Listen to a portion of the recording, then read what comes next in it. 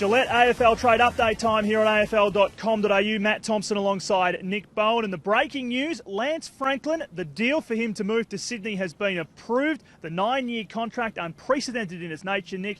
The AFL's been through it with a fine-tooth comb.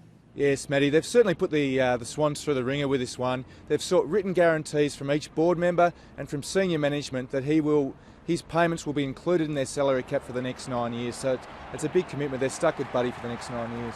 Absolutely. Now, in terms of the Swans as well and their contract negotiations going forward, they have been warned that the cost of living concessions they currently have could be out of play as early as 2015. That's still under review from the AFL.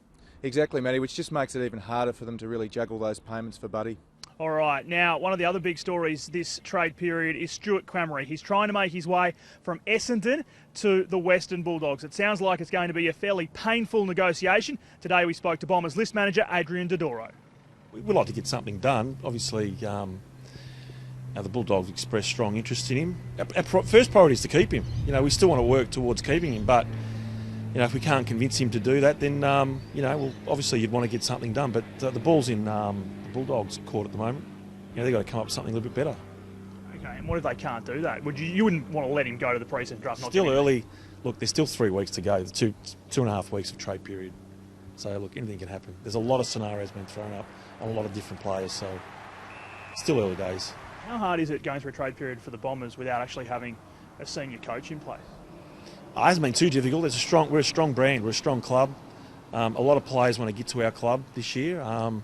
We haven't lost anyone for any unusual reasons. So Crameri is the only bloke that put his hand up to leave, and that's purely because of the financial commitment. So it hasn't been too difficult. As I said, we'll have a coach soon, and I'm sure that we'll make some announcements very shortly. All right. So Nick, do you think that deal will eventually get done? I think it will, Matty. It's one of those really hard ones, I think, where the Dogs are really stuck with a pick that doesn't really appeal to Essendon. Pick 22 at this stage could probably get bumped down to about 24 or 25 once the free agency compo picks are sort of factored in. But clearly their first picks is too much for Crameri. News from the Bombers today, a new 2-year deal for Travis Collier. What about David Myers? David Myers is a really interesting one, Matty. Wants more midfield action, and I think that he's spoken to the Bombers about that, but he's currently really investigating whether he might get more midfield time at another club. Perhaps Melbourne, perhaps St Kilda, very interested in him. And that takes us to a bit of news out of Freo. They've got some interest in Scott Gumbleton. Obviously, the key forward's the massive thing for the Dockers. Looking at the grand final, the one thing they're probably missing. Looking at, as you say, Gumby, who's been, I suppose, on the radar for Freo for a long time, and the recently delisted Podsy from Geelong. What about Elliot Yeo? Elliot Yeo is an interesting one. Everyone's had him going to West Coast, really the big front runners to get him across from the Brisbane Lions. But we understand Freo have made a really late pitch to get him across as well. The West Coast still seem to be in the box seat. They've got a much earlier second round pick than the Dockers. So Freo potentially very active players this trade period. What about the Nick Del Santo deal? It's going to be one that we're going to be talking about for quite a few days to come, I'd suggest. It is, Matty. I think this one's even more complicated than we thought, when we got out of trade talks last night.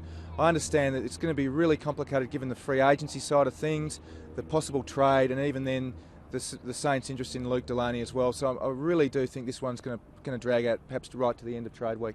Jonathan Brown is going to play on for one more season. That's a good news story for footy, isn't it? Oh, it's great. I think the Lions have obviously had their troubles or their dramas at the end of this season. Johnny Brown, their favourite son.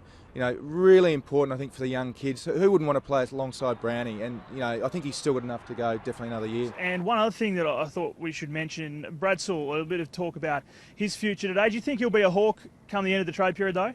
Odds are probably I think he will, Matty. Look, it's one where you sense the Hawks are probably trying to be a bit like Geelong. Plan forward. They've got a few young midfielders they'd like to give more time next year. The likes of Mitch Hallahan, Jed Anderson, and, with Sewell gone, they'll definitely see more game time, but it would have to be the right deal, and look, the odds are it probably won't happen. All right, Nick, thank you for that. More breaking trade news as it happens here on afl.com.au.